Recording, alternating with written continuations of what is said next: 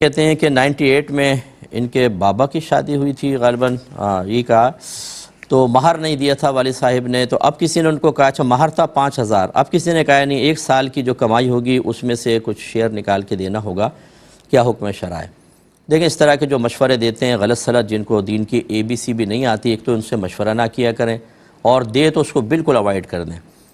معاملہ یہ ہوتا ہے کہ جو مہر مقرر ہوتا ہے اتنا ہی دینا ہے تو 5000 دینا ہے، چاہے اس کو ادائیگی کے اندر 10 سال لگ گئے ہوں، 20 سال لگ گئے ہوں، کوئی اس سے فرق نہیں پڑے گا، وہی 5000 جو اس زمانے کے تھے وہ دینے ہوں گے۔ ایسے بھی نہیں کر سکتے کہ آپ کیلکولیشن کرنا شروع کریں کہ اس زمانے کا 5000 آج کے 5 لاکھ کے برابر تو جی 5 لاکھ دو، ایسا نہیں، جو مقرر شدہ ہوتا ہے وہی دینا ہوتا ہے۔ اب اس میں کبھی نقصان بھی ہوتا ہے، جیسے کیش ہے تو اس وقت کا 5000 کہاں اور اب 5000 کی کوئی ویلیو نہیں ہے،